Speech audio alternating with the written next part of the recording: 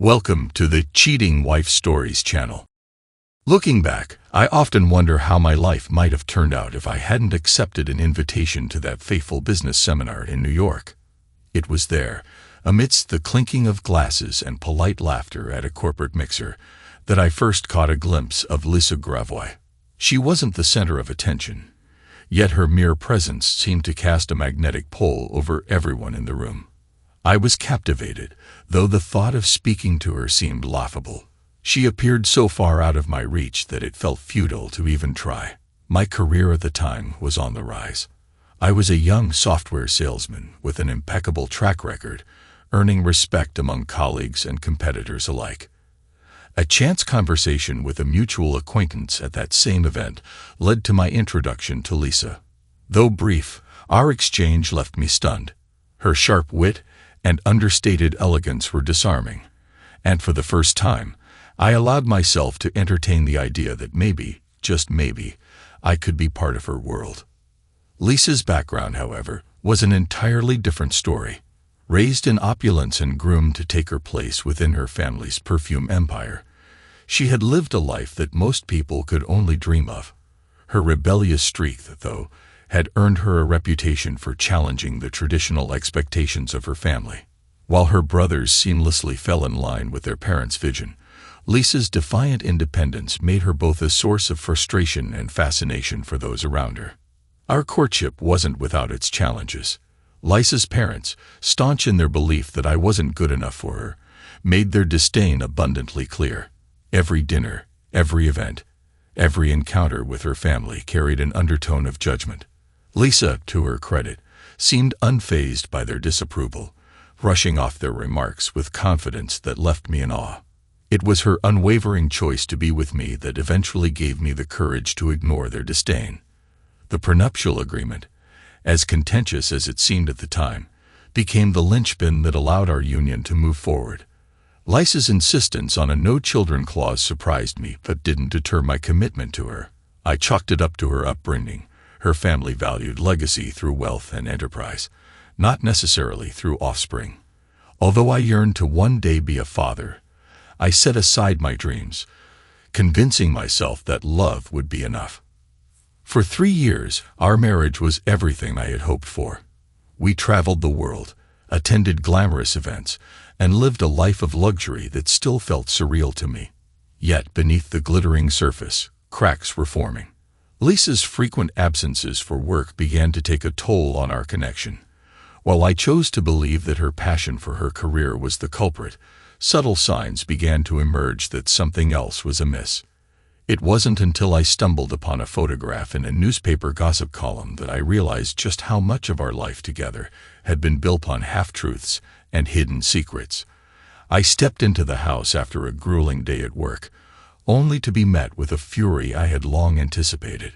My wife of 12 years, Lisa, stood waiting, her face a mask of rage that broke into a storm of accusations as soon as the door shut behind me. This confrontation, though dreaded, was something I knew couldn't be avoided forever. Admittedly, Lisa had ample cause for her anger. I had been unfaithful. Yet before condemning me too quickly, consider this. Lisa's own betrayal came first, lasting over 6 months before I began my own indiscretions. While I had been aware of her affair for years, it was only now that she uncovered mine, igniting the firestorm that had been brewing beneath the surface of our relationship. The moment I stepped into the house, she screamed at me, "You pig." From there, things spiraled downhill. Looking back, I think those were the kindest words she threw my way during her tirade. Although I barely caught every third word, it was crystal clear she had uncovered my secret affair, and she was livid. Even if I could have squeezed in a response, I wouldn't have known what to say to diffuse her fury. So I just stood there, staring at the floor, waiting for the storm to pass. Eventually, her anger ebbed and she demanded, "What do you have to say for yourself? Should I just file for divorce?"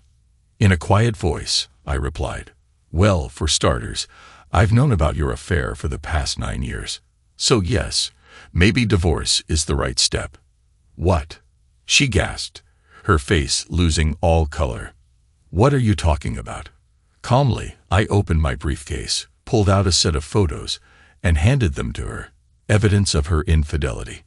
I had no idea how she'd react, but what happened next caught me off guard. Lisa, who is wealthy enough to bury me in a mountain of legal trouble, didn't explode as I expected. Instead, she dropped the photos, burst into tears, and looked at me with such anguish that it left me speechless. "I don't want a divorce," she sobbed. "I love you." Then she fled to our bedroom, leaving me utterly confused and even more uncertain about our future. Lisa is the most beautiful woman I've ever met. Even in my wildest dreams, I never imagined I'd end up married to someone like her. When we tied the knot, I assumed she'd eventually grow tired of me and cast me aside within a couple of years. One unusual aspect of our marriage was a prenuptial agreement her extremely wealthy family insisted upon. I had no issue with most of its terms, but one clause nearly made me walk away. Lisa demanded that we have no children. Despite my reservations, I agreed. I was deeply in love with her. Ironically, by the time this story unfolded, I had 4 children. Life, it seems, had taken a turn I never expected. Did I mention my life feels like a complete wreck? A bit of context might help. My wife, Lisa Gravois, comes from an incredibly affluent family. I'm David Todman, by the way. Lisa never took my last name. Her family's name is a luxury brand, synonymous with their world-renowned perfume company, Gravois Scents. As a co-owner of the business, I made perfect sense for her to keep her maiden name. Initially, I wasn't thrilled, but over time, I came to appreciate the separation it created. Since we don't share a last name, many people don't even know we're married, which affords me a level of anonymity. When we got married, I couldn't believe Lisa had chosen me. She's breathtakingly beautiful, with long black hair, piercing blue eyes, and a model-like figure with just a touch more curves. She even worked as a model in her teens. I looked decent enough, sandy-haired and fit. But Lisa isn't in a completely different league. We met at a party in the Hamptons, hosted by my college roommate and his wife. My roommate was a successful commodities trader, and his wife, Beth, had been close friends with Lisa since their days at Vassar. When I was introduced to Lisa, I was floored by her beauty, as was every other man in the room. She exuded confidence and allure, leaving the single men, and quite a few married ones, enraptured. But I knew she was out of my league, so I didn't linger. Instead, I mingled with other women at the party, following a friend's advice. Stick to women in your league, or you'll waste your time chasing someone who's about to leave with someone else. Yet no matter where I went, Lisa seemed to appear by my side. At first, I thought it was coincidence. By the 4th time, it was obvious she was interested in me. While I was flattered, I also felt uneasy. I assumed she was just looking for a fleeting connection and would discard me when the novelty wore off. I wasn't keen on being someone's temporary companion. And yet, here we are, 12 years later, with a marriage that feels like it's on the verge of collapse. Maybe this was her plan all along, but I didn't let myself dwell on it. After that party, though, Lisa began pursuing me relentlessly. Look, I'm a decent guy, but what could someone like Lisa Gravois possibly want with me? I was just a software salesman, not that I wasn't good at it. In fact, I excelled at my job and had worked my way up to a senior sales director position in just 4 years, earning a respectable $5,000 a month. But that was pocket change compared to Lisa's income. She brought in $40 million a year before bonuses, so naturally I assumed she was toying with me. Ironically, my aloofness seemed to make her more determined. She was relentless, and after 4 weeks of persistence, she finally convinced me to go out with her. It took 6 months before we became intimate, and over a year before we tied the knot. Our wedding was a jaw-dropping display of extravagance. 600 guests attended, and I heard the whole affair cost about $6 million. Unsurprisingly, her family insisted on a prenuptial agreement. Lisa was clearly uncomfortable broaching the subject, but I had no objections. I understood their reasoning. Besides, I wasn't after her money. I made a decent living on my own. Still, when I agreed to sign, Lisa seemed overjoyed. She admitted her family would cut her off if she married me without one. But as she assured me, she was determined to marry me no matter what. That didn't stop me from wondering how long our marriage would last. The prenuptial agreement stipulated that if we divorced within the first 3 years, I'd receive only $500,000. I couldn't believe the word "only" was used in reference to $500,000. The terms improved slightly after that. For every additional year we stayed married beyond 3 years, I'd earn another $500,000, prorated if necessary. Additionally, neither of us could claim any of the other's assets in the event of a split. All that aside, the best part of the deal was that I got to be with the most stunning woman in the world, and if she decided to leave me, at least I wouldn't leave empty-handed. One of the most unusual clauses in the prenuptial agreement was that we would not have children. Although I eventually accepted it, this condition didn't sit well with Lisa's parents, but Lisa's relationship with them was strained, to say the least. She told me they barely interacted outside of board meetings and that they preferred her brothers. Lisa had already clashed with them about the no-kids rule long before we met, so their disapproval wasn't a shock. Unsurprisingly, we've had little to do with them over the years. On the rare occasions when Lisa's parents visited, it was uncomfortable. They looked at me like I was less than nothing. For the first 3 years of our marriage, though, life was amazing. I truly believed Lisa loved me during that time, but shortly after our 3rd anniversary, I discovered she was having an affair. Our relationship had always been unconventional. Lisa traveled extensively for work, about a week out of every month. Early on, I sometimes accompanied her on these trips, but those opportunities became rarer as time went on. Occasionally, she'd be home for several consecutive weeks, but those stretches were the exception. Yet, whenever she returned from a trip, she was insatiable, and our intimate life remained passionate. The truth began to surface when I saw a photo in the gossip section of the newspaper. Lisa's celebrity status often landed her in these pages, so I scanned them regularly. One day, I nearly missed it, a photo from a party in Paris. In the corner of the image, I spotted someone who looked like Lisa. I grabbed a magnifying glass to be sure. Why was this such a big deal? Because Lisa was supposed to be in Japan on business at the time. There could have been a logical explanation, maybe a last-minute schedule change. But I couldn't shake the feeling that something was off, and I needed answers. When we first got married, Lisa suggested I quit my job to travel with her full-time. I refused, telling her I didn't want to be financially dependent. Eventually, she stopped asking. One perk of being married to someone like Lisa was access to endless resources, but I avoided using her money, knowing how closely she tracked her finances. Thankfully, I had my own income, which I mainly spent on gifts for Lisa, an exhausting challenge given that she already had everything. As my suspicions grew, I became consumed with worry. Sleep and food were afterthoughts. I needed clarity. Using my own funds, I hired a private investigator. I chose a firm in St. Louis, one I knew Lisa's company had never worked with. By this point, Lisa's travel schedule had increased. She was away about 2 weeks each month. Oddly, despite her absences, our physical relationship remained fiery. She seemed genuinely upset whenever she had to leave and overjoyed upon returning.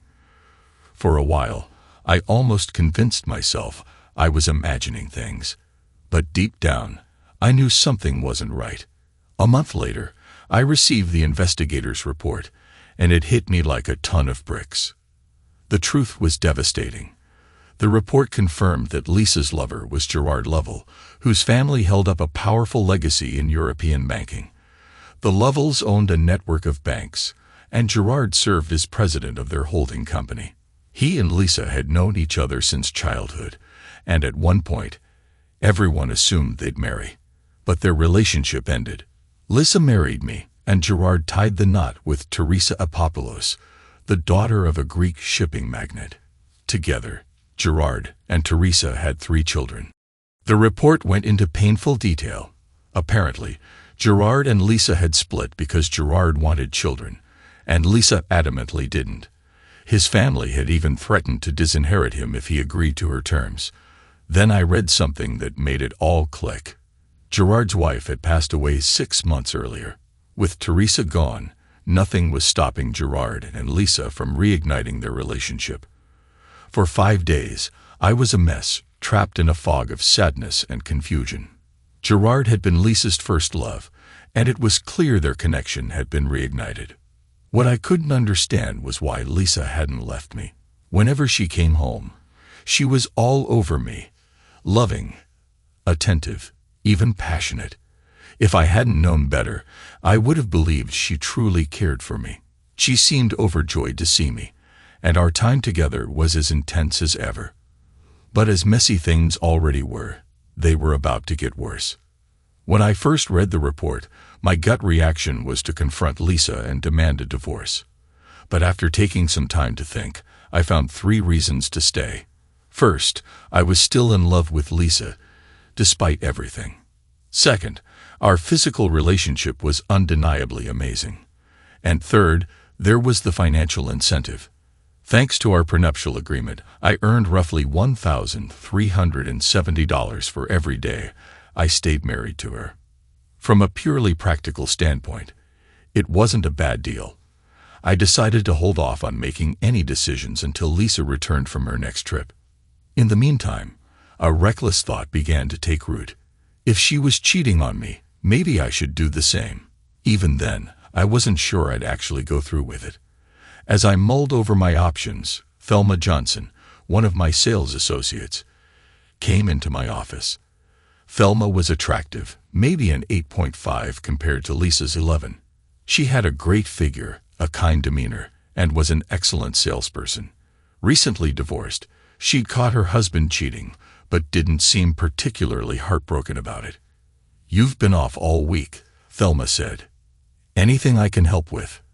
I liked Thelma and respected her work ethic. That day, I decided to open up to her. "I just found out Lisa's been cheating on me," I admitted. "I don't know whether to confront her or just ignore it." "Easy," Thelma replied bluntly. "Divorce and move on." "It's not that simple," I countered. "I signed a marriage contract. For every year I stay married, I get $500,000. That's about $1,400 a day, not exactly chump change." I laid out the other perks of being married to Lisa: luxury cars, designer clothes, lavish parties, private jets. Thelma listened thoughtfully and promised to think it over. The next day, she returned to my office, shut the door, and sat across from me. "I think I've got a solution to your problem," she said. "Oh, and what's that?" I asked, curious. "Stay married to Lisa," Thelma suggested. But with a twist. I raised an eyebrow, amused. "A twist? Do tell." She smiled knowingly. "Stay married, but have an affair." I started to interrupt, but she held up a hand. "Hear me out," she said. "Just let me explain." I leaned back in my chair, gesturing for her to continue. "All right, Thelma, the floor is yours." "You're torn for 2 reasons," she began. "First, you still love Lisa, even after what she's done. Second, you want children, something Lisa will never give you. Having an affair alone won't solve that. Sure, you could get a partner pregnant, but that would blow up your marriage." I nodded slowly. "True. So what's your point?" She hesitated for a moment before dropping her bombshell. "I think I could be the solution," she said, flashing a warm smile. I blinked. "What, are you saying you want to be my partner?" "Not just your partner," she replied with a sly grin. "I want something more." I frowned, unsure of where this was going. "I'm not sure I like the sound of this." "Just hear me out," she insisted. I motioned for her to continue. "David, you've known me for years. Longer than you've known Lisa," Thelma said. "You've always thought Lisa was out of your league, but I never saw it that way. She's lucky to have you, and she's foolish to risk losing you. But since she's made her choice, I'm not going to let this chance slip by." She took a deep breath before continuing. I've always been attracted to you, but I knew I couldn't compete once Lisa entered the picture. Now, though, things are different. You want children, and I want children. Lisa has hurt you, and I want to help you heal. Here's my proposal. Become my partner. I'll keep things discreet so you can stay married to Lisa, but I'll give you the children you've always wanted. You get to keep your life with Lisa and fulfill your dream of being a father. We both win. I stared at her in stunned silence as she awaited my response. I won't lie. I was both shocked and intrigued by Thelma's proposal. It sounded absurd, but part of me couldn't help being drawn to the idea. Still, I could see potential challenges, and I began to lay them out. First, thank you for even suggesting this, I said sincerely. I'm genuinely flattered. It's far more than I could ever expect. But there are some issues. Finances could be complicated. Then there's raising and naming children. And what if down the road you decide you want to get married? Thelma nodded. I thought about those problems too, but I think I have solutions. Financially, I own my house, and all I'd ask is that we split the cost of raising the children. Your name would be on their birth certificates as their father. But unless you want otherwise, they'd take my last name. As for marriage, I don't see myself wanting that again, but I'm realistic enough to know I can't predict the future. So I'd suggest we draft a written agreement with a clause allowing either of us to end things with 6 months' notice. If I get married, you'd have the right to decide on custody. If you terminate the agreement, I'd keep custody, but you'd still have generous visitation rights. Either way, you'd always be recognized as their father. We sat in silence for a while, each processing what the other had said. Eventually, I broke the quiet. I have to admit, your offer is intriguing, but I'm not ready to commit to anything like this yet. How about we start by going on a few dates and see if we're compatible? Thelma agreed, and we began casually dating. Our first few outings were simple, dinner and dancing. Later, we added theater trips to the mix. I quickly realized that spending time with Thelma was enjoyable. She was warm, funny, and easy to talk to. It was a far better use of my evenings than sitting alone at home, waiting for Lisa to return from her endless trips. On our 5th date, we shared a long, tight embrace in my car as I dropped her off. By the 6th, Thelma turned to me and said, "We're definitely compatible on dates. Now let's find out if we're compatible in bed." Lisa had always been electrifying, so I wasn't sure what to expect with Thelma. As we undressed, I noticed that she was even more attractive than I had imagined. While shorter and curvier than Lisa, her body was soft and alluring. That night, we didn't stop at just 1 round, or even 2. By the time I went home, I expected to feel guilty about cheating on Lisa. But I didn't. If anything, my time with Thelma soothed my bruised ego. The next day, Thelma strolled into my office, radiant. She closed the door, walked around my desk, and kissed me passionately. I think last night proved we're compatible. So what's the next step? Grinning, I replied, "Why don't you find a lawyer, not connected to this company or Lisa's, to draft an agreement? Then we'll take it from there." She beamed. "I know just the person, my brother Tim. He's a great lawyer and someone I trust completely. He even warned me not to marry my ex-husband." With that, Thelma left, and I returned to work. Over the next few days, I thought less and less about her proposal. Since she didn't bring it up, I assumed she had decided against it. Honestly, I wasn't planning to revisit the subject either. By then, I was leaning toward divorcing Lisa outright and accepting the financial hit. At least I wouldn't end up like so many other husbands, financially ruined. I knew I'd still walk away with a decent amount. 2 weeks later, Thelma surprised me by walking into my office and placing a completed contract on my desk. "Take your time reviewing it," she said.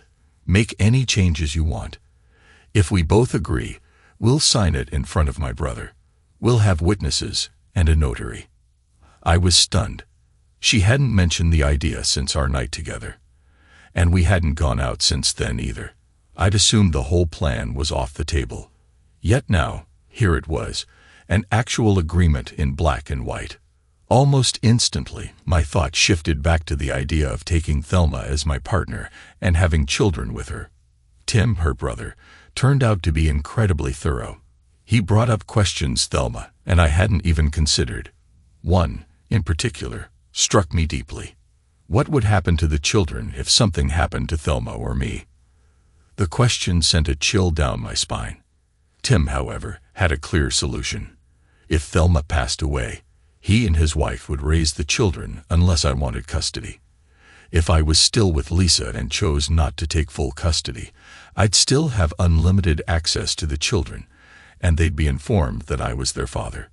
If I died, the children's last names would be changed to mine, and my assets would be placed in a trust for them until they turned 25. As I read through the agreement, I realized how serious Thelma was. For the first time, the idea of building a life with her and creating a family began to feel real. I was still wrestling with my decision when Lisa mentioned on Monday that her travel schedule would increase next year. That was the final push I needed.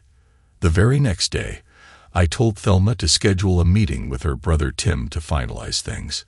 Tim, a sharp and pragmatic attorney, approached the meeting with a professional demeanor, though it was clear he deeply cared for his sister's happiness. "David, you're a lucky man," Tim said, shaking his head with a wry smile. "Your wife is stunning, and my sister's gorgeous too. I'd say you've hit the jackpot." I laughed, but Thelma gave her brother a look. "Tim, don't forget that Gloria is a fantastic woman, and you're lucky to have her." "I know," Tim replied, chuckling, "but a deal like this, even Gloria would be jealous." "Just kidding. She's more than enough for me." Satisfied with his response, Thelma smiled, and we returned to the matter at hand. One part of the agreement stipulated that Thelma and I would plan our intimate encounters around Lisa's business trips, adjusting early on to align with Thelma's most fertile periods. At the office, Thelma and I maintained a strictly professional relationship. She even openly told colleagues she was done with dating and planned to have a child through artificial insemination. 3 months after we first became intimate, Thelma called to tell me she was expecting. We maintained a physical relationship during her pregnancy, as best as her condition allowed. When Thelma went into labor, I couldn't be there, as Lisa was home. Still, I rushed to the hospital as soon as possible to meet my son, Gavin, named after her grandfather. 18 months later, our daughter Jennifer was born. Shortly after, Thelma asked if she could become a stay-at-home mom, explaining she had saved enough to last 5 years, until both children were in school. I was thrilled and offered to cover her mortgage and utilities through a fund I'd quietly set aside. We hadn't planned on having another child, but during one of Lisa's trips, Thelma miscalculated her ovulation period. Tearfully, she called to tell me she was expecting again. She feared I'd be angry, but I reassured her that I loved her and all our children. This time, I was lucky enough to be present in the delivery room when Scotty was born. I was so overjoyed that I floated on cloud 9 for days.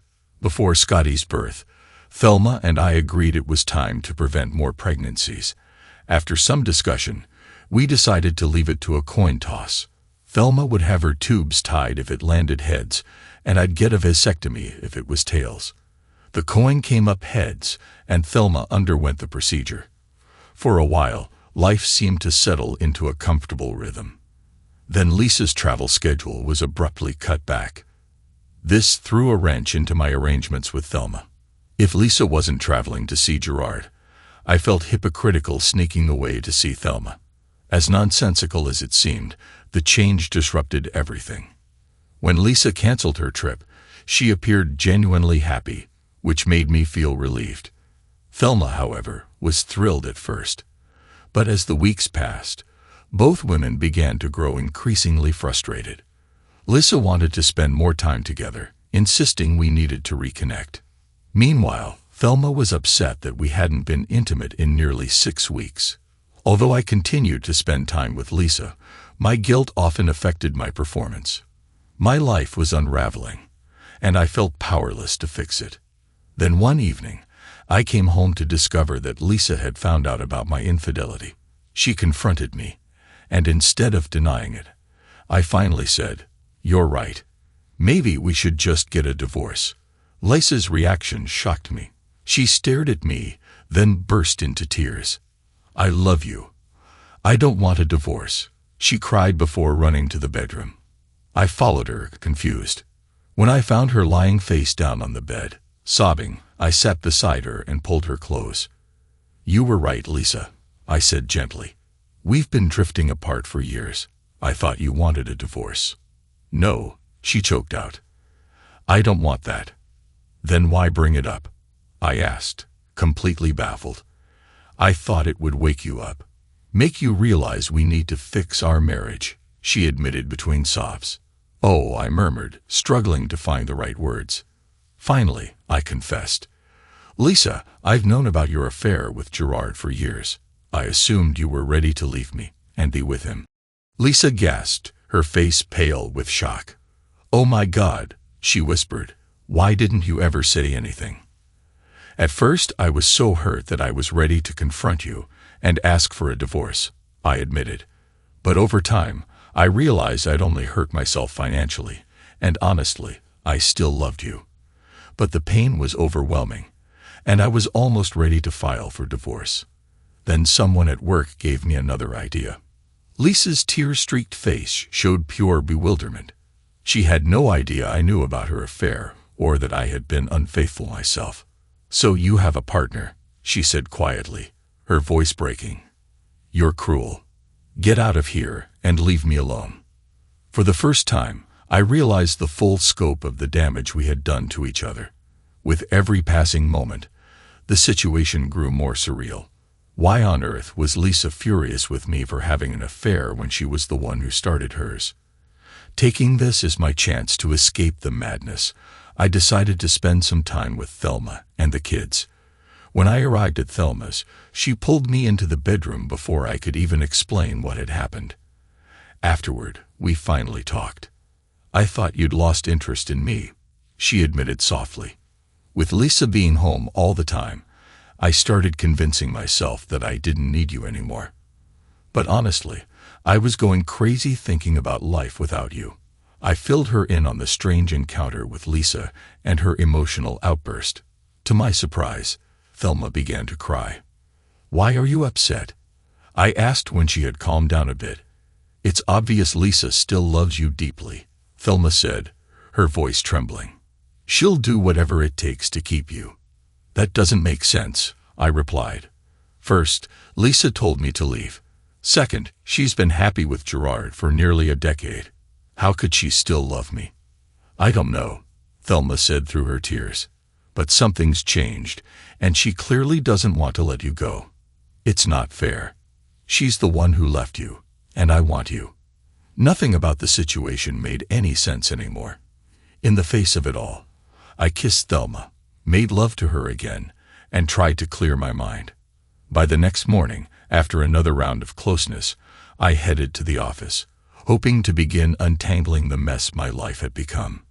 But when I arrived at work, I found Lisa sitting in my office. Her expression told me she wasn't there for a friendly visit. "Good morning, Lisa," I said cautiously. "This is unexpected. I don't recall you ever visiting me at work. What's going on?" "You know exactly why I'm here," she snapped. "We need to talk about your affair." Realizing this wasn't a conversation to have in public, I closed the office door and sat down across from Lisa. I looked at her expectantly. "All right, Lisa, what do you want to discuss?" She didn't hesitate. "First, who is she?" I kept my voice steady. "Her name is Thelma Johnson. She used to work for me." Lisa's eyes narrowed, and her tone turned accusatory. "Did you hire a private investigator or something?" The abrupt question caught me off guard. "What? No, why would I?" "One of my friends saw you at a restaurant the other day," she interrupted. "He said you were kissing her, passionately. He tried to follow her but lost track." She paused, letting her words sink in before delivering the final blow. "So are you planning to keep seeing her?" I could barely manage a response. "Oh God," was all I could mutter. "Well, are you?" Lisa pressed. "Lisa, I doubt you're going to like what I have to say, but you need to hear it," I said. "Afterward, I think we'll both agree that it's time to end this marriage." Sadness flickered in her eyes, but she nodded for me to continue. "If you had kept traveling as much as you were before, we wouldn't be having this conversation," I began. "What do my trips have to do with any of this?" Lisa demanded. "I've known about your affair with Gerard for years," I said bluntly. "You were meeting him on your business trips, and while you were gone, I started seeing Thelma. I figured if you could have an affair, so could I."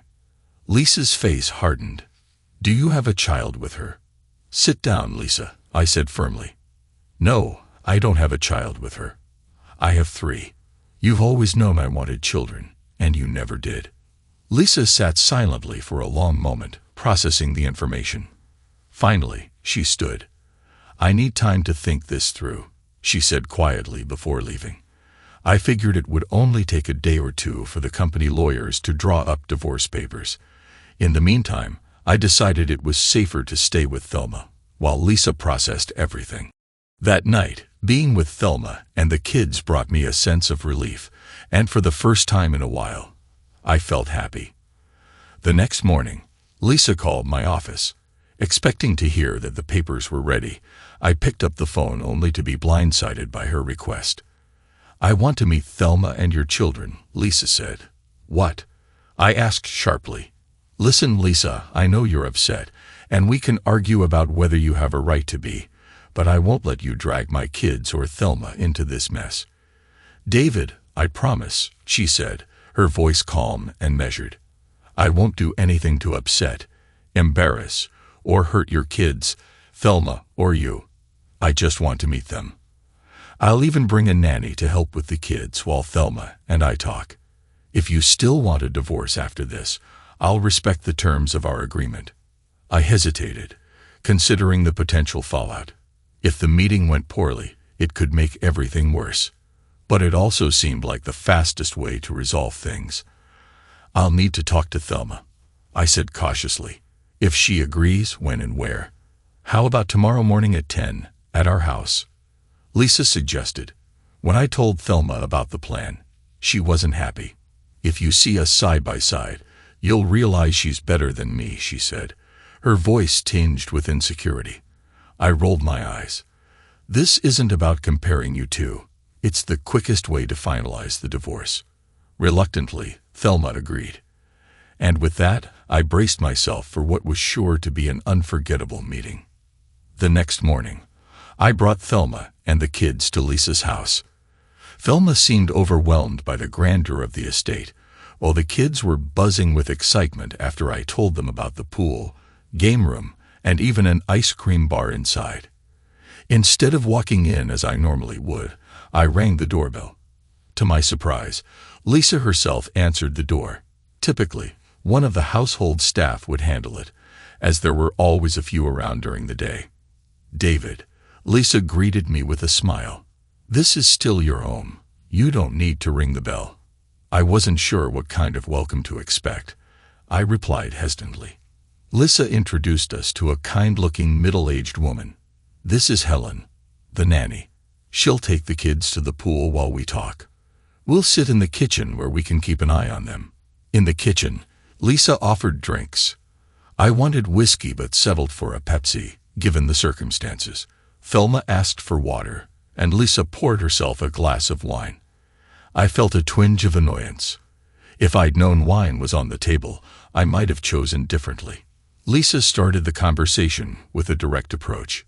"Thelma, David mentioned that you've been together for about 8 years. As much as we could." Thelma replied nervously. "He insisted we only meet while you were traveling, but he always made time for the kids, even if it was just for an hour or 2. He never missed their parties." Lisa gave me an unreadable look. "So, Thelma, you've been happy with David. Don't you want a full-time husband?" "David is the best man I've ever known," Thelma said firmly.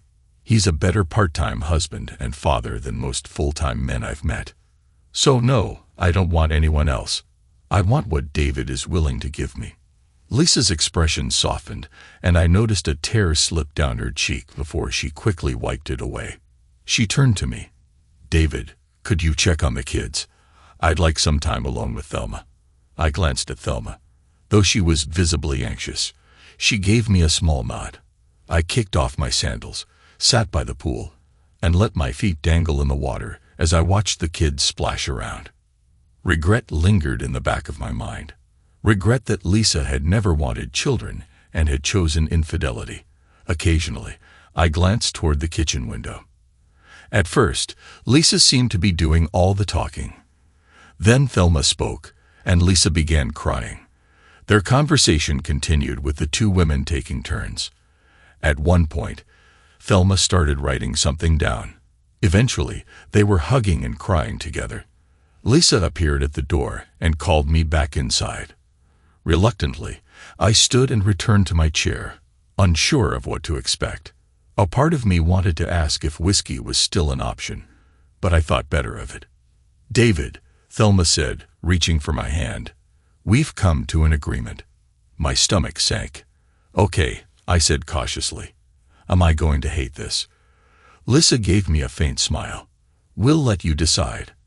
I leaned back, confused and bracing for impact. This meeting had started with the expectation of divorce discussions, and now it seemed these two women had other plans. I didn't understand. "Look," I said, trying to steady my voice. "Lisa, you've been unfaithful for nearly 9 years. And yes, I cheated too, but only because you started it. I don't understand why you're clinging to me when you could have been with Gerard. Divorce me, and you'll be free." Lisa burst into tears, and Thelma slapped my arm. "What was that for?" I asked, irritated. "Gerard is dead," Thelma said quietly. "Oh," I stammered, feeling like an idiot. "I'm sorry." Lisa took a deep breath, wiping her eyes. "David, you're right. I cheated. Gerard was my first love, and I thought I'd moved on until I met you. He ended things with me because I didn't want children. When I saw him again during my travels, he was grieving his wife's passing. I wanted to support him through his pain, and one thing led to another. But even while I loved Gerard, I realized I loved you just as much, maybe more. When Gerard had a heart attack and passed away, he'd been pressuring me to leave you and marry him. I refused because I couldn't bear the thought of losing you. I love you, David. I can't survive without you. And I know you still love me even though you've built a family with Thelma. If I can love two people at the same time, I know you can too. I understand I can't have you all to myself, but like Thelma, I want as much of you as you're willing to give." I exhaled deeply, sinking into my chair. I could almost hear men across the world envying my position, but all I could see was chaos waiting to happen. Two women wanting to share one man, disaster written all over it. I looked between Lisa and Thelma, both of whom were watching me with a mix of hope and anxiety. I decided to play dumb. "So, how exactly is this supposed to work?" I asked. Thelma pulled out a notepad and flipped to the schedule. The plan they had worked out was surprisingly detailed. In essence, Lisa would remain in the master bedroom, while Thelma and the children would live in the north wing, which had 3 bedrooms and 2 bathrooms. I would alternate between them, spending nights with Thelma on Mondays, Wednesdays, and Fridays, and with Lisa on Tuesdays, Thursdays, and Saturdays. Sundays were my choice. I could stay wherever I wanted. Sleeping arrangements didn't necessarily guarantee closeness, though. Whether or not we were intimate on any given night would depend entirely on mutual agreement. However, if one of them decided they weren't in the mood or unable to, I wasn't allowed to switch to the other that night. There were other rules, but this was the foundation of their agreement. I told them I needed time to think. The idea seemed far-fetched, but they insisted it was either this shared arrangement or nothing. I was skeptical. Surely one of them would eventually want me full-time. But then, paranoia crept in. What if they were serious about the all-or-nothing ultimatum? Could I risk losing both of them? Conveniently, I had a business trip scheduled for the following day. I promised to give them my decision when I returned. Surprisingly, I managed to focus on my work and even closed a deal with Stellar Enterprises. But as my flight home touched down, it hit me. I'd already made up my mind. I would accept their arrangement. Thelma took the new terms to her brother, Tim, to draft an updated agreement. As she explained the situation to him, his eyes widened in disbelief. When she finished, he turned to me with mock indignation. "David, I officially hate you," he said, shaking his head. I laughed, knowing he was joking. "You could always find yourself a partner," I quipped, earning a sharp slap on the arm from Thelma. "Not a chance," Tim replied with a chuckle. For the first 7 months, the arrangement worked surprisingly well. My bed life didn't necessarily become more intense, but it was consistent. I was intimate with one or both women 3 to 5 times a week. With Helen, the nanny, taking care of the kids during the day, Thelma returned to work in my office.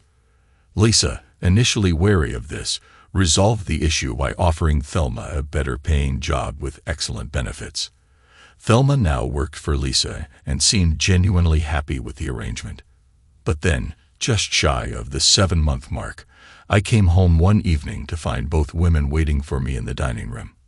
They said there was an issue with the agreement that needed amending. My stomach sank. What now? I thought. Little did I know, things were about to take another wild turn. Lisa spoke first, wasting no time. "David, I want to have a baby," she announced. I was stunned. Of all the possible topics they could have raised, this was the last thing I expected. Lisa wanting a child. It felt like I had stepped into an alternate reality. Lisa continued in a softer voice. "I know I always said I didn't want children. But watching you with Thelma's kids changed something in me. I see how much joy they bring you, and I want that too. I want to experience that love." All I could manage was a weak "okay." Apparently, that was the magic word. Both women squealed with delight, hugging and kissing me. Then Lisa added something that sent my thoughts spiraling again. Thelma and I also agreed on another point. "I shouldn't be married to you." Panic set in. Were they planning to kick me out after Lisa had her baby? I'd known they were close, but was this their plan all along? "Let me get this straight," I said, my voice tight. "You want me to get Lisa pregnant, and then you're both going to leave me. If that's your plan, just say so. But don't think for a second I'll let you cut me off from my children." "What?" Thelma exclaimed, her voice rising in shock. "No, David, that's not it at all." Lisa quickly chimed in, her face flushed with embarrassment. "I must have explained it badly. That's not what we meant at all." Thelma threw her arms around me. "I love you, David. I'd be devastated if you left. And I feel the same way," Lisa added, tears streaming down her face. "Then what are you talking about?" I asked, exasperated, because none of this made any sense to me. Lisa reached for my hand. "Let's all have a drink and calm down. Once we've had a moment, I'll explain everything more clearly. I promise we'll respect whatever decision you make." After my first shot of whiskey, I asked, "Lisa, are you sure about wanting a child? This is a big shift for you." Lisa admitted that spending time with Thelma's kids had awakened a maternal instinct she hadn't realized she had. She couldn't ignore the desire any longer. The new agreement would adjust my time with her to prioritize her fertility cycles. 4 months later, Lisa was pregnant, and eventually, she gave birth to a beautiful baby girl named Charlotte. She had Lisa's striking eyes and my smile. Thelma and the kids adored her. As for the divorce, it turned out to be part of their elaborate plan to ensure Thelma's children would face no stigma. Lisa proposed that I divorce her after Charlotte's birth and marry Thelma. Once married, Lisa would use her considerable resources to retroactively adjust records, making it appear as though Thelma and I had been married when our children were born. Later, Thelma and I would divorce, and Lisa and I would remarry. If this sounds confusing, imagine how I felt living it. Shortly after Charlotte's birth, I finalized my divorce from Lisa and married Thelma. Somehow, Lisa secured the necessary documents and made everything appear seamless.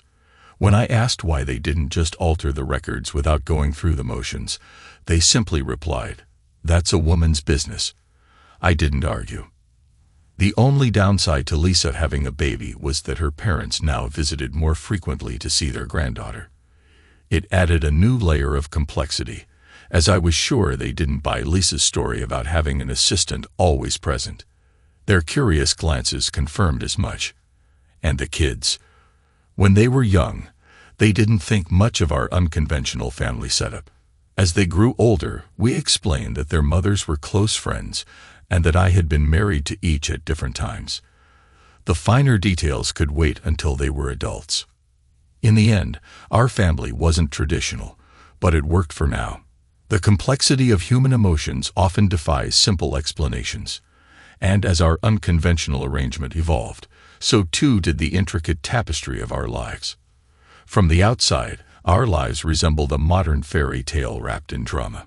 But the reality was far more nuanced. Each chapter brought its own challenges and moments of reflection. Life with Lisa and Thelma was surprisingly harmonious after Charlotte's birth. While the transition to co-parenting between two households with shared custody was unconventional, the arrangement allowed us to embrace an odd sense of balance. Charlotte became the glue that bound us further.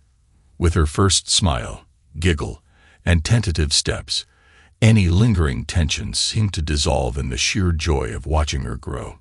Her innocence served as a reminder of what really mattered. In those initial months, we all found new purpose. Thelma delighted in Charlotte's company, often commenting that watching her bond with Gavin, Jennifer, and Scotty felt like healing old wounds. The older children embraced their new sibling wholeheartedly, and their giggles often echoed through the sprawling estate. As for Lisa, motherhood softened her in ways I never imagined possible. She grew more patient and introspective, a transformation that rippled through our lives. Professionally, the arrangement proved mutually beneficial. Lisa and Thelma, once wary of each other, began to collaborate on several ventures, combining Lisa's business acumen with Thelma's practical expertise. What initially began as a business relationship blossomed into a genuine friendship. They often joked that between managing their professional endeavors and our family dynamic, they'd inadvertently created the most efficient partnership imaginable. For my part, I found myself thriving in the supportive environment. The dual dynamic of being a father and managing two households taught me to compartmentalize and cherish the time I had with each family unit. The arrangement wasn't without its awkward moments, switching between roles of husband to Thelma and ex-husband, but still partnered to Lisa. But over time, we all adapted. Even Lisa's parents, once staunchly opposed to our relationship, began to warm to the arrangement, albeit begrudgingly. Their frequent visits to see Charlotte served as an olive branch of sorts, and while they never fully embraced Thelma or acknowledged my other children, their presence added a layer of normalcy to Charlotte's life. The years passed in a blur of birthdays, milestones, and shared victories. Charlotte grew into a bright and curious child, displaying an uncanny knack for diplomacy. It wasn't uncommon for her to mediate squabbles between her older siblings, her small voice often saying, "We're all one big family, remember?" Her perspective, simple yet profound, often brought clarity during moments of doubt. As the children grew older, the complexity of our arrangement became harder to explain. We made a collective decision to sit them down and share the full story when they were ready. It was during one such family discussion that Gavin, the eldest, voiced what we had all feared. "So, who do I belong to, Mom or Dad?" The room fell silent. It was Lisa who broke the tension, placing a hand on Gavin's shoulder. "You belong to yourself," she said softly. "But you're also a part of all of us. We're not defined by labels. We're defined by how we care for each other." Gavin nodded thoughtfully, her words resonating deeply. Our unconventional family also drew attention from the outside world. Rumors and whispers circulated, particularly in social circles tied to Lisa's business empire. Yet we maintained a united front, brushing off scrutiny with humor and poise. Lisa often quipped, "Let them gossip," At least they're paying attention. As the children entered their teenage years, the challenges became more pronounced. Navigating adolescence within a blended family required constant communication and adaptability. There were moments of rebellion, awkward family therapy sessions, and the occasional outburst of frustration. Yet these challenges only reinforced our bond. Each difficulty was met with unwavering support and love. One of the most poignant moments came when Charlotte, at the tender age of 16, asked me, "Dad, how did you and Mom and Thelma manage to make this work?" I paused, taken aback by the maturity of her question. After a moment of reflection, I replied, "We managed because we chose love, even when it wasn't easy, and because we believed that family, no matter how unconventional, is worth fighting for." That conversation stayed with me. It became a touchstone in my understanding of what we had built, a family rooted in resilience and bound by an unshakable commitment to each other. It wasn't perfect, and it wasn't traditional, but it was ours. In time, the children left the nest, pursuing their dreams and carving paths that reflected the values we had instilled in them. Gavin became a lawyer, passionate about advocating for unconventional families like ours. Jennifer pursued a career in environmental science, inspired by Thelma's love for nature. Scotty, ever the charmer, followed in Lisa's footsteps, joining the family business and breathing new life into the Gravois brand. And Charlotte, with her diplomatic spirit, embarked on a career in international relations, bridging divides much like she had within our family. As for Lisa, Thelma, and me, our lives continued to intertwine. The love we shared evolved, deepening into a profound respect and appreciation for the journey we had undertaken together. We often reflected on how far we had come, marveling at the strength it took to build and sustain our unique family.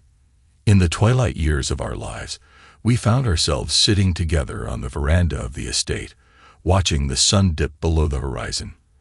The laughter of grandchildren echoed in the background, a testament to the legacy we had created. Lisa turned to me, her eyes filled with gratitude. "We did good, didn't we?" I nodded, smiling. "Better than good, we did extraordinary." And so our story, messy, beautiful, and deeply human, continued, proving that love, in all its forms, has the power to transform and endure. Thanks to everyone who took the time to listen to today's stories. If you enjoyed it, please consider liking and subscribing if you haven't already. Feel free to share your thoughts on the events in the comments below. Take care.